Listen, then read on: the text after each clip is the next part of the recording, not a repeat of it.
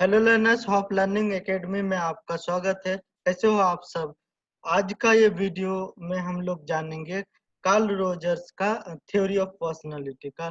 Last video में हम लोगों ने देखा था। देखिए, ये ऑफिशियल सिलेबस है UGC net paper 2 subject education का, जिसमें हम लोगों ने डिस्कस किया था यूनिट 3 में लर्निंग में सिगमंड फ्रॉइड का थ्योरी ऑफ पर्सनालिटी, जिसमें हम लोगों ने ईगो एंड सुपर ईगो की बात किया था। आज के ये वीडियो में हम लोग बात करेंगे कार्ल रोजर्स का theory of personality and garden Alport Alport का थ्योरी ऑफ पर्सनालिटी। इसको डिटेल से हम लोग डिस्कस करेंगे। तो अगर आप UGC net paper 2 subject education से देने जा रहे हैं, तो हॉप लर्निंग एकेडमी के साथ जुड़कर आप यूनिट वाइज, हर एक टॉपिक वाइज आपको यहाँ वीडियो मिलेगा। आप इस वीडियो को देखकर अपने प्रिपरेशन को और बेहतर कर सकते हैं।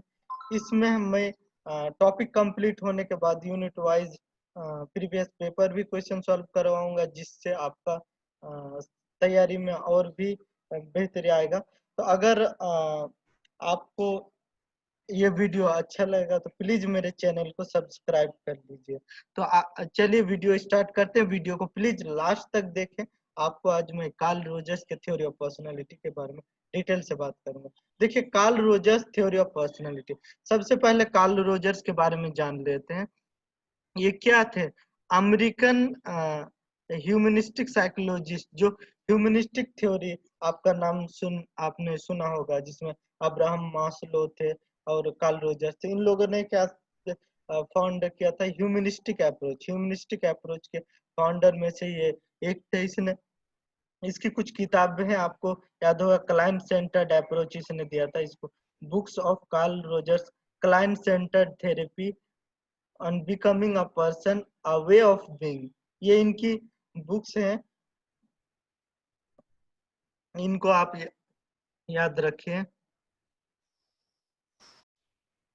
आपने देखा होगा प्रीवियस पेपर अगर आप सॉल्व किए होंगे तो उसमें बुक का नाम भी पूछ देता कभी कभी, इसलिए कार्ल रोजर्स की लिखी हुई 3 किताबें हैं।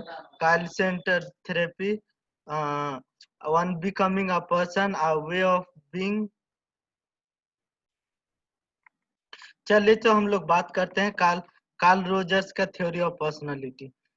सबसे पहला इसने हम लोगों का जो नीड्स होता है, नीड्स को अलग अलग तरीके से उसने डिवाइड किया था कि जो human, as a human being हम लोगों को किस तरह की चीजें की जरूरत पड़ता है। तो सबसे पहला उसने बताया था कि फिजिकल नीड्स, ये वर्डर भी कभी कभी प्रीवियस पेपर में आ जाते हैं।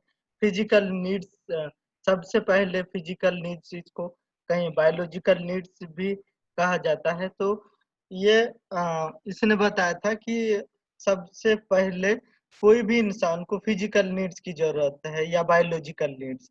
जैसा सपोज आप बोल सकते हो रोटी कपड़ा, यानी मतलब खाने के लिए एयर हो, ये मतलब वाटर हो, फूड हो, जिंदा रहने के लिए शेल्टर हो, स्लीप हो, क्लोथिंग है, reproduction.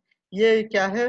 Physical needs, biological needs, ये सबसे पहली ये नीड्स है। उसके बाद जो आता है फिजिकल नीड्स या बायोलॉजिकल नीड्स के बाद आता है सेफ्टी नीड्स। सेफ्टी नीड्स में क्या आता है आपका? जब फिजिकल नीड्स या बायोलॉजिकल नीड्स पूरा हो जाता है, कोई भी ह्यूमन को फूड मिल जाता है, वाटर मिल जाता है, एयर मिल जाता है, तो वो क्या चाहता है कि हमको उसके बाद सेफ्टी भी चाहिए। तो सेफ्टी अगले स्टेज में आता है सेफ्टी नीड।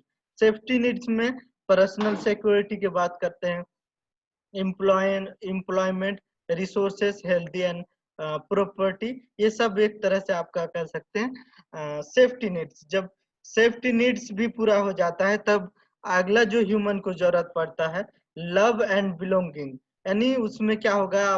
आपको बायोलॉजिकल नीड्स भी पूरा हो गया, आपको खाना मिल रहा है, वाटर मिल रहा है, एयर मिल रहा है, ये सब मिलने के बाद आपको सेफ्टी चाहिए लाइफ में, सेफ्टी भी मिल गया। उसके बाद क्योंकि ह्यूमन बीइंग है, इसकी इमोशन है, तो वो क्या, लव की भी जरूरत होती है, बिलोंगिंग की जरूरत होती है। तो इसमें उनकी फ्रेंडशिप आ जाएंगे, intimacy, family, sense of connection. तो इस तरह से उसके बाद जो नेक्स्ट है वो स्टीम। स्टीम में क्या होता है?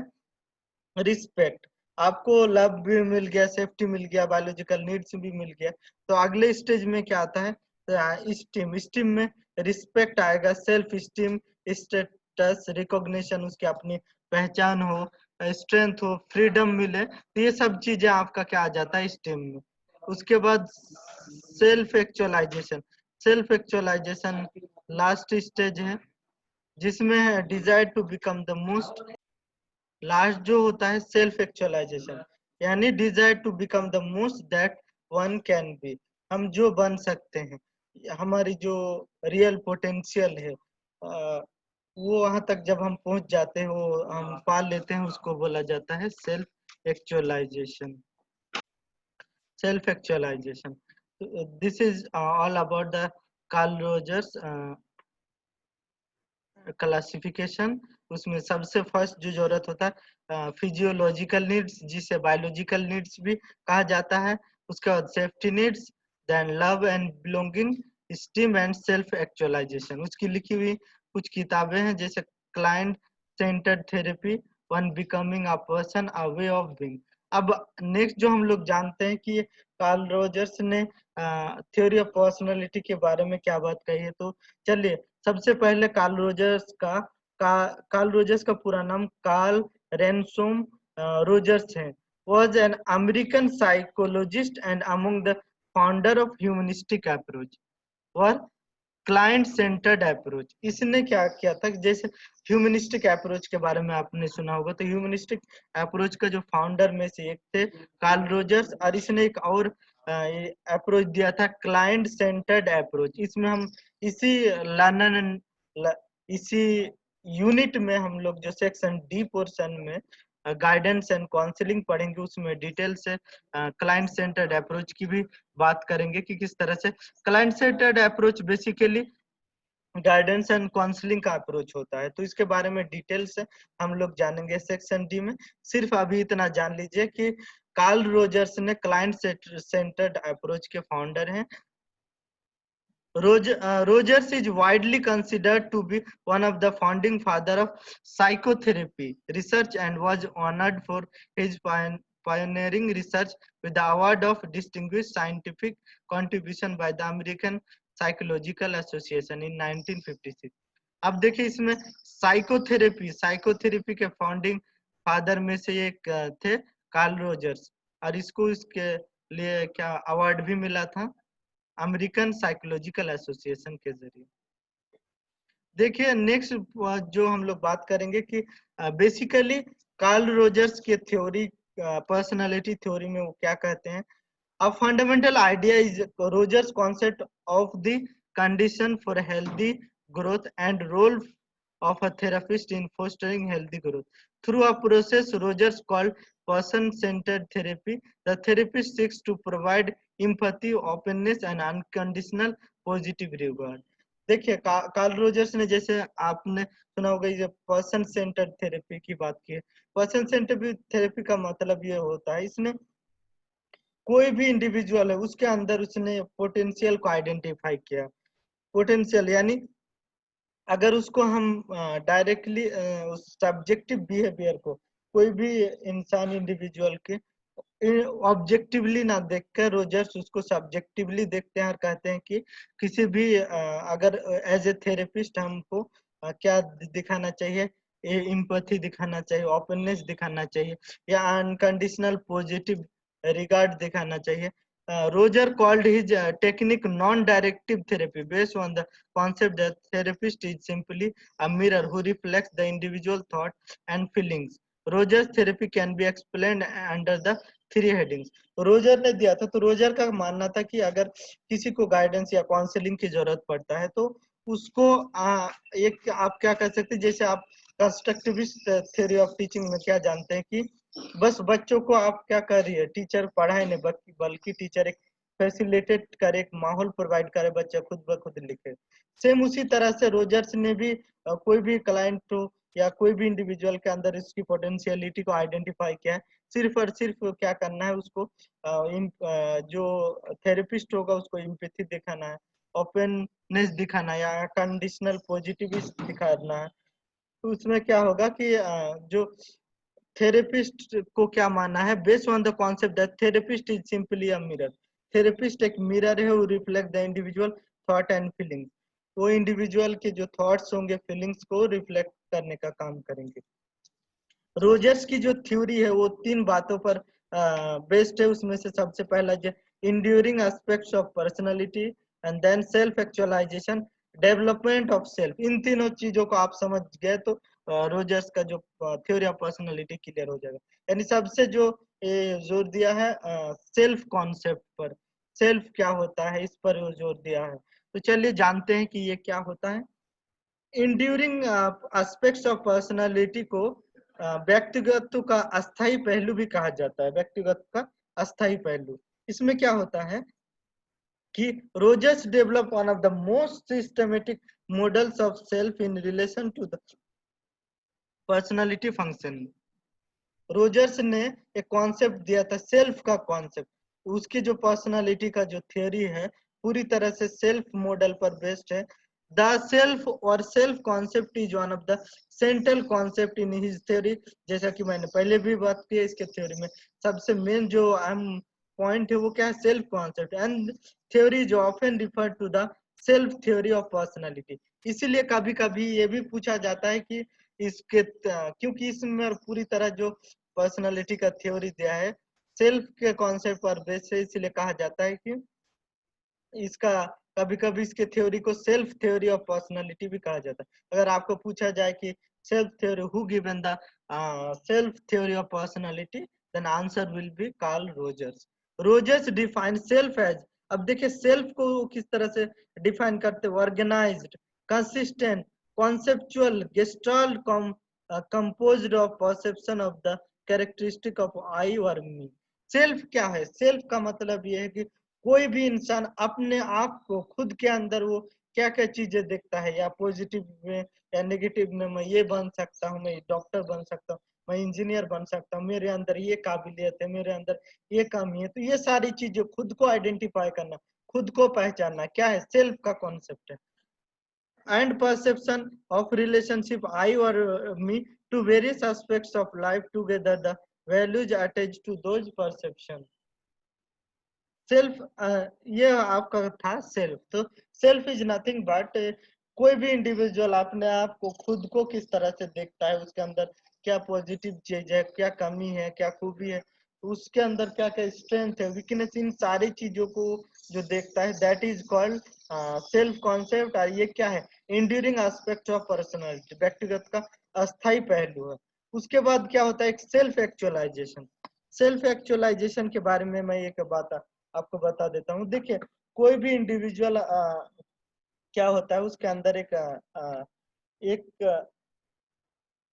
आइडियल सेल्फ होता है कि वो हमको ये बनना है, हमें इंजीनियर बनना है, हमें डॉक्टर बनना है, हमें यूपीएससी निकालना है। और ये क्या होता है, और उसके बाद एक जो जब वो चीज बन जाता है तो जो हाईएस्ट स्टेज होता है उसको सेल्फ एक्चुअलाइजेशन। लेकिन जब वो नहीं बन पाता, अगर मान लीजिए आइडियल सेल्फ उसने सोचा कि मैं ये बनूंगा, मैं मेहनत करूंगा, मेहनत किया और वो इंजीनियर बनना चाहता था, डॉक्टर बनना चाहता था, वो बन गया, तो इसका मतलब उसका आइडियल सेल्फ और सेल्फ एक्चुअलाइजेशन का जब बन जाएगा यानी वो स्टेज में पहुंच गया, दैट मीन्स आइडियल सेल्फ और सेल्फ एक्चुअलाइजेशन का स्टेज वो पहुंच गया। तो इसको बोला जाता है कॉन्ग्रुएंस। आपने सुना होगा मैथ में भी कि जब एक शेप को दूसरे शेप पर रखते हैं और कंप्लीटली एक दूसरे को कवर कर लेते हैं तो वो क्या कहलाता है, सेल्फ एक्चुअलाइजेशन।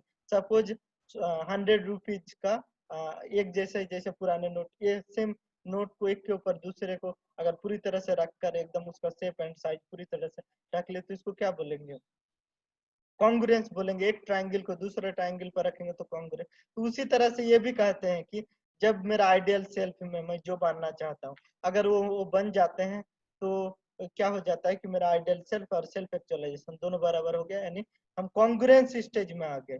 लेकिन अगर आइडियल सेल्फ जो मैंने सोचा था, मेहनत किया, लेकिन किसी वजह से नहीं बन पाए तो दैट मीन्स वो क्या हो, कौन सी स्टेज हो जाता है, इनकॉन्ग्रुएंस। यानी इसी तरह का कुछ कॉन्सेप्ट इसने दिया था सेल्फ एक्चुअलाइजेशन में। तो रोजर्स क्या कहते हैं, according to Rogers only the single motive is that the impulse human beings to action, action को कार्रवाई के लिए तो होता है, यानी कोई भी इंडिविजुअल क्या करता है, उसका मोटिव रहता है कि कोई ना कोई एक्शन करे, and that motive can be describe as actualization tendency. यानी कुछ ना कुछ पाने के लिए इंसान कोई ना कोई एक्शन करते हैं। Rogers maintain that the human organism has an underlying actualization tendency which aims to develop all capacities ways that maintain or enhance the organism and move it toward autonomy। क्या कहते हैं कि कार्ल रोजर्स का कहना है कि हर एक जो इंडिविजुअल होता है उसके अंदर एक एक्चुअलाइजेशन टेंडेंसी होता है, यानी कुछ ना कुछ वो पाना चाहता है, कुछ बनना चाहता है, उसके लिए कुछ ना कुछ वो एक्टिविटी करता है। तो वो क्या करता है, उसके अंदर जो एबिलिटी है, कैपेसिटीज है, उसको इनहांस करने के लिए वो आगे बढ़ता है और ऑटोनोमी के स्टेज में पहुंचना चाहता है। This tendency is directional, constructivist and present in all human beings, है ना। ये जो टेंडेंसी होता है, ये डायरेक्शनल होता है, यानी गोल डायरेक्टेड होता है, किसी ना किसी डायरेक्शन में जाता है कि हमको ये बनना है, करना है। कंस्ट्रक्टिव होता है, इस दरमियान वो चीजों को, थॉट को डेवलप करता है। और इस तरह की जो टेंडेंसी होता है ना, सेल्फ एक्चुअलाइजेशन टेंडेंसी, हर एक इंडिविजुअल में पाया जाता है। The actualizing tendency can be suppressed but can never be destroyed without the destruction of organism. कहते हैं कि जो एक्चुअलाइजेशन टेंडेंसी होता है, ये एक्चुअलाइजेशन टेंडेंसी को हम दबा सकते हैं, लेकिन सप्रेस कर सकते हैं, लेकिन उसको कभी ना खत्म नहीं कर सकते, डिस्ट्रैक्ट नहीं कर सकते। जब तक कि अगर डिस्ट्रैक्शन करना, वो इंडिविजुअल जब तक जिंदा है, वो इंडिविजुअल जब तक रहेगा, तो ये एक्चुअलाइजेशन टेंडेंसी हमेशा रहेगा। बस उसको सप्रेस किया जा सकता है, लेकिन खत्म नहीं किया जा सकता। The concept of actualization tendency is only motive force in the theory. इस थ्योरी का जो मेन है ना, वो एक्चुअलाइजेशन मोटिवेशन, एक्चुअलाइजेशन टेंडेंसी है। It encompasses all motivation, tension, need or drive reduction and creative as well as pleasure seeking tendency, है ना। तो इस तरह की चीजें था। अब ये जो सेल्फ की कॉन्सेप्ट है, सेल्फ की कॉन्सेप्ट का डेवलपमेंट कैसा होगा, तो अगला जो पॉइंट है उसी पर बात करेंगे कि development, the development of self.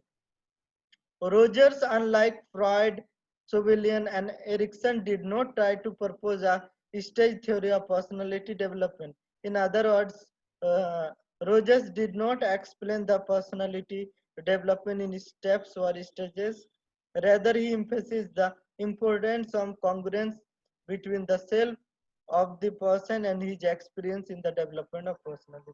देखिए, जैसे बाकी लोगों ने की बात करते हैं, जैसे फ्राइड है, सुलिवान है, एरिक्सन, इन लोगों ने क्या स्टेप वाइज पर्सनालिटी डेवलपमेंट की बात किया है। लेकिन अगर हम रोजर्स की बात करें, तो रोजर्स ने इस तरह की कुछ स्टेजेज में या स्टेप में पर्सनालिटी की बात नहीं किया, बल्कि उसने किस पर इंपोर्टेंस दिया है कि importance of congruence between the self of the person and his experience. Congruence बनाना, एक बैलेंस बनाना है, self of the person and experience in the development of personality. Adjustment and psychological health have also been explained in terms of realistic self concept that is congruent with self. Rogers maintained that unless we are taught inappropriately by those whose love we need, our self-concept is based on our perception and fits well with our experience. If we are taught to have a self-concept that does not match that we actually experience, we are going to have difficulty। यानी हम लोग को जब self concept के बारे में नहीं हम जान पाते हैं, और उससे क्या होता है, जो हम एक्सपीरियंस करते हैं, जो सेल्फ कॉन्सेप्ट, उसमें जब मैचिंग नहीं होता है एक तरह से, तो हमको डिफिकल्टी का सामना करना पड़ता है, एक तरह से इनकॉन्ग्रुएंसी आ जाता है। For example, you might learn that nice people never get angry, and then find yourself a situation in which your concept does not allow your perspective to feeling angry correctly। जैसे एक कॉन्सेप्ट दिया गया है कि जो अच्छे होते हैं वो हमें कभी गुस्साते नहीं है, लेकिन एक ऐसा सिचुएशन हो जो आपको इंसल्ट होना पड़ा, बट आप अच्छे हैं, लेकिन फिर भी आप मजबूरन आपको उस वक्त क्या होना पड़ा, गुस्सा ना पड़ा है। तो इस तरह की चीजें हो जाता है। तो उस वक्त हम लोगों को क्या होता है, डिफिकल्टी का सामना करना पड़ता था। तो this is all about the theory of personality of Carl Rogers. Carl Rogers ने थ्योरी ऑफ पर्सनालिटी की बात किया, जिसमें उसने सेल्फ कॉन्सेप्ट की बात किया था, कॉन्ग्रुएंस की बात किया, आइडियल सेल्फ की बात किया, इनकॉन्ग्रुएंस की बात किया, उसके बाद सेल्फ एक्चुअलाइजेशन की बात किया है। तो अगला जो हम मेरा थ्योरी होगा, जिसमें हम लोग गोल्डन आउटपुट के, हमारे सिलेबस में फ्राइड की थ्योरी, गोल्डन आउटपुट की थ्योरी और कार्ल रोजर्स की थ्योरी, जिसका हम लोगों ने डिस्कस किया है, उसको जाना। तो आगे का वीडियो में हम लोग गोल्डन आउटपुट के थ्योरी और पर्सनालिटी को जानेंगे, बहुत ही अहम और इम्पोर्टेंट है। तो प्लीज मेरे वीडियो को लास्ट तक देखिए, और इस अगर ये वीडियो आपको हेल्पफुल लग रहा है तो प्लीज मेरे चैनल को सब्सक्राइब कीजिए। चलिए, नेक्स्ट जो हम लोग बात करेंगे, theory of personality, Gordon Allport theory of personality. ये बहुत ही इम्पोर्टेंट थ्योरी ऑफ पर्सनालिटी है। सबसे पहले आप जानिए कि गोर्डन आल्पोर्ट कौन थे। तो गोर्डन आल्पोर्ट एक born in Indiana, grew in Cleveland, attended Harvard, majored in economics and philosophy. ये एक्चुअली में क्या थे, इंग्लिश के टीचर थे, taught English and sociology in Turkey, meeting with Freud was turning point, है ना।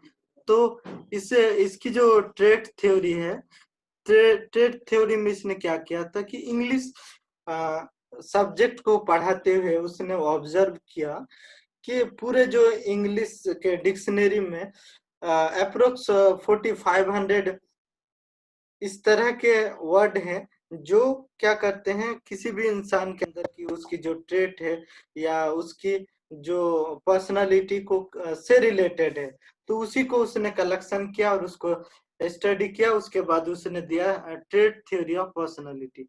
ट्रेड थ्योरी आखिर एक्चुअली में ट्रेड क्या है, इस ट्रेड को समझना बहुत जरूरी है कि ट्रेड क्या है। An enduring quality that makes a person tend to act a certain way. यानी ये क्या है, ट्रेट एक इंड्यूरिंग क्वालिटी है जो किसी इंसान को किसी खास तरीके से बिहेव करने के लिए क्या करती है, मजबूर करती है। एक तरह से उसकी क्वालिटी होती है। जैसे फॉर एग्जांपल ऑनेस्ट है, यानी कोई बहुत ऑनेस्ट होता है, कोई शर्मिला होता है, कोई हार्ड वर्किंग होता है। तो ये सारी चीज क्या है, ट्रेट है। MBTI traits comes in pairs. जो MBTI ट्रेड्स होता है वो पेयर्स में आता है, जैसे judging versus perceiving, thinking versus feelings. तो इस तरह से आप कह सकते हैं कि ट्रेड क्या है, an enduring quality that makes a person tend to act a certain way. कोई इंसान किसी खास तरीके से बिहेव करता है, तो वो जो करने के लिए जो क्वालिटी है, दैट क्वालिटी इज ट्रेड। तो ट्रेड, इसी ट्रेड के बुनियाद पर उसने ट्रेड थ्योरी ऑफ पर्सनालिटी दिया था। तो देखिए, Gordon Allport decided that Freud over valued unconscious motives and undervalued a real observable personality styles trait. Mayers and Briggs wanted to study individual behaviors and statement to find out people differed in personality having different traits.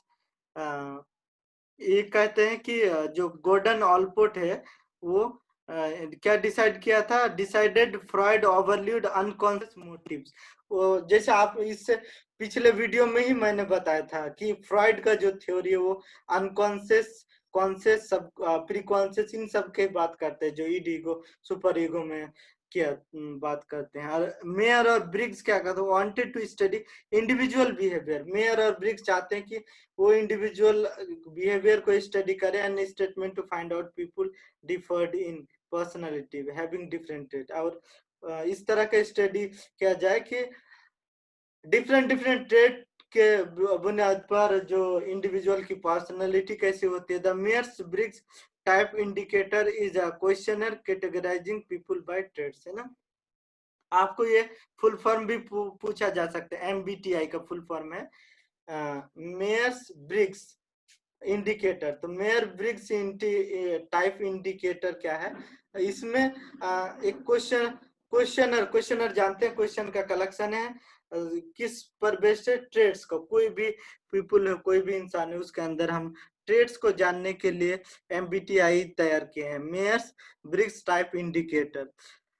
तो इसमें trade के बारे में जानते हैं। देखिए, trade theory of personality that we are made up of a collection of traits, behavioral predisposition that can be identified and measured, traits that differs from person to person।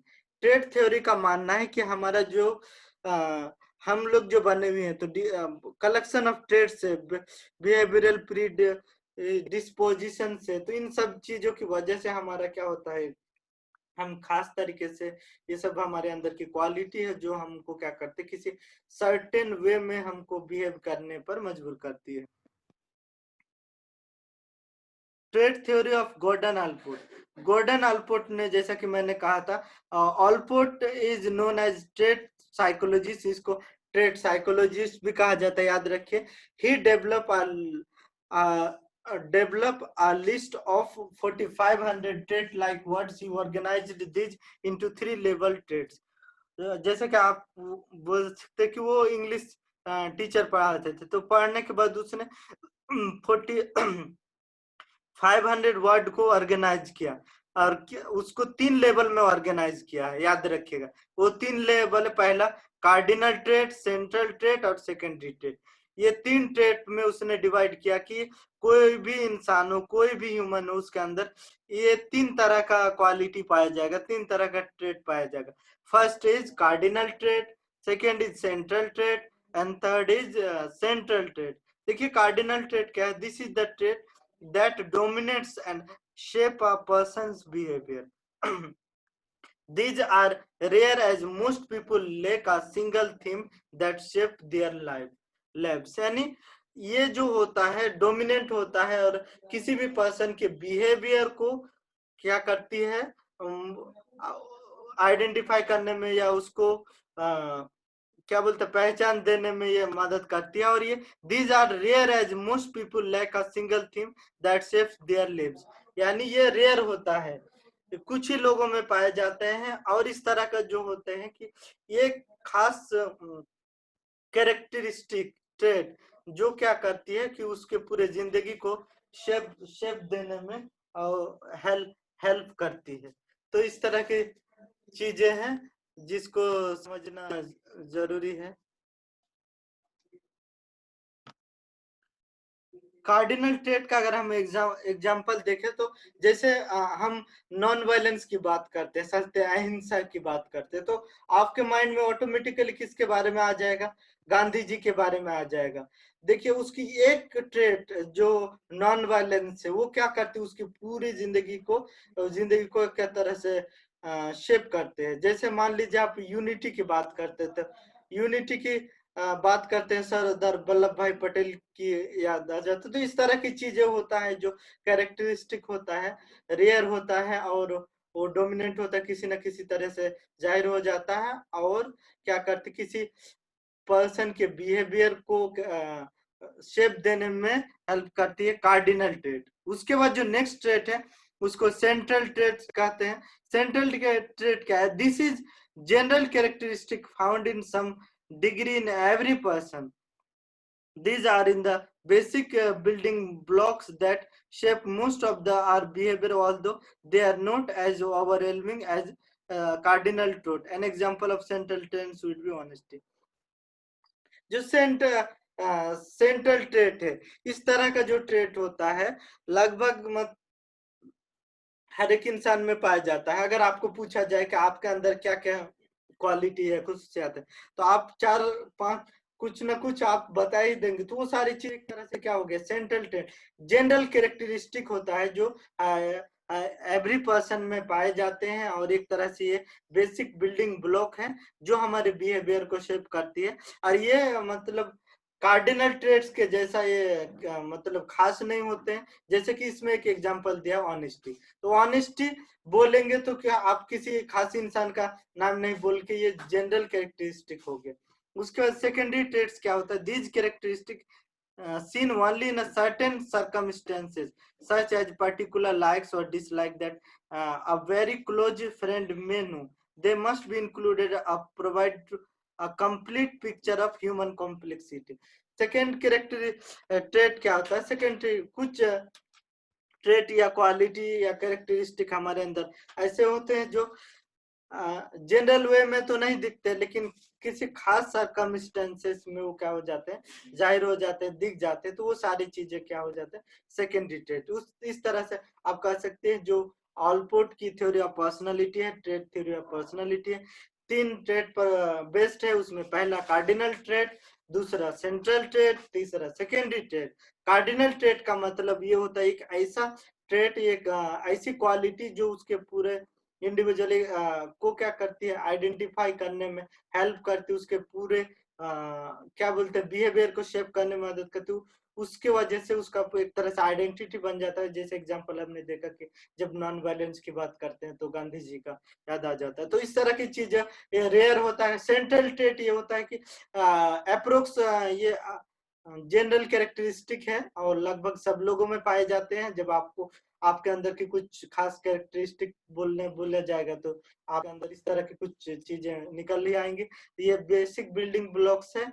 Next है secondary trait. Secondary trait इस तरह के कि ऐसे ये भी general characteristics है, but ये किसी खास सर्कमस्टांसेस में दिख जाते हैं। जैसे ऐसे कोई ईमानदार रहता है, लेकिन अगर उसको अगर एक ऐसा सिचुएशन मिला कि उसको रुपया पैसा अच्छा खासा मिल जाएगा, मतलब एक गैर कानूनी काम या इलीगल काम या चोरी, तो शायद वो कर लेगा। तो उस तरह की चीजें यानी वो सेकेंडरी ट्रेट है। तो ये कोई भी जो इंडिविजुअल होता है उसकी क्वालिटी होता है। ट्रेट आपको बता दे कि ये ऐसी क्वालिटी होता है जो सर्टेन वे में एक्ट करने पर हम लोगों को मजबूर करती है, तो उसको ट्रेट कहते हैं। तो इस तरह से कार्ल रोजर साहब ने 3 तरह से ट्रेट को क्लासिफाई किया था। तो आगे कुछ और हम देख लेते हैं इससे related point. Golden approach trade psychology in 1936 psychology golden Allport found one English language dictionary alone contain more than 4000 words describing different personality traits. He categorized it. हम आपको बताए थे कि इंग्लिश डिक्शनरी में उसको मिला था कहीं मोर देन 4000 लिखा है, किसी किसी जगह अप्रोक्स 4500 लिखा है। तो इस तरह का हो सकता है, यानी इसी के आसपास उसको वर्ड मिले। उसको उसने क्या किया कि पर्सनालिटी ट्रेट से रिलेटेड उसको उसने लगा कि क्लासिफाई किया। तो उसने 3 पार्ट्स में बाना, cardinal trait, central trait, secondary trait, जिसकी हम लोग बात किए। इसमें कुछ और है, देख लेते हैं क्या है।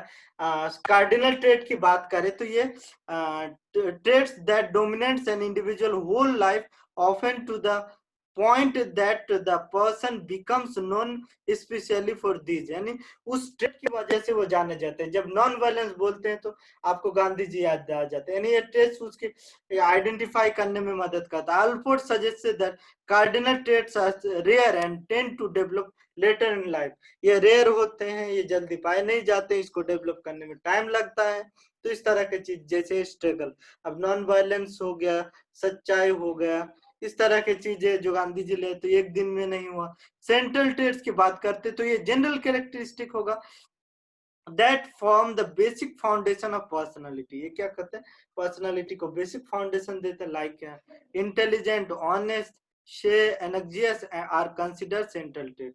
इस तरह की जनरल चीजें होता है, किसी खास पर्टिकुलर इंसान ना हो के कई लोगों में ये पाए जा सकते हैं। अब उसके बाद जो सेकेंडरी ट्रेट्स होते हैं, these are the traits that are sometimes related to attitudes or preference appeared often in certain situation under specific certain, जैसे impatient while waiting in traffic. Traffic में आप खड़े हैं, आपको क्या हो, आप ऐसे बहुत पेशेंस रखते हैं, लेकिन वहां जाके आप मतलब आपको कुछ जरूरी काम पड़ गया, आप वहां घबराना शुरू कर दिए, है ना, ट्रैफिक में। तो इस तरह की जो सेकेंडरी ट्रेट्स होता है, यानी किसी सिचुएशन में जाके वो जाहिर हो जाता है, वो एक्सप्रेस हो जाता है, that is secondary. Central trait general characteristic जो लगभग सब में पाए जाते हैं। कार्डिनल ट्रेट स्पेसिफिक होता है, रेयर होता है, उसको डेवलप होने में टाइम लगता है, कुछ लोग में पाए जाते हैं वो आपके इंडिविजुअल की कैरेक्टरिस्टिक को जाहिर करने में हेल्प करता है। इस तरह this is all about the theory of personality, जिसमें हम लोगों ने बात किया आज कार्ल रोजर्स और ऑलपोर्ट की थ्योरी को बात किया। कैसा लगा ये वीडियो? अगर आपको और भी कोई टॉपिक पर अगर वीडियो चाहते हैं तो प्लीज कमेंट सेक्शन में आप कमेंट कर सकते हैं। आप मैं उस टॉपिक पर जरूर वीडियो बनाऊंगा यूजीसी नेट से रिलेटेड, चाहे वो पेपर 1 का हो या पेपर 2 में स्पेशली आप एजुकेशन सब्जेक्ट का करेंगे। और ये वीडियो को आप देखें, अगर हेल्पफुल लगा तो प्लीज मेरे चैनल को सब्सक्राइब कीजिए, ये मेरे लिए मोटिवेशन काम करेगा। नेक्स्ट वीडियो में जैसा कि आप देखे होंगे मेंटल हेल्थ एंड हाइजीन हमारे सिलेबस में, करंट सिलेबस में यूजीसी नेट के हैं, उसको मैं जल्दी अपलोड करूंगा। तो मेरे चैनल के साथ बने रहिए और सीखते रहे और अपनी तैयारी को और बेहतर करें, मजबूत करें। Thank you very much again for watching this video. Thank you very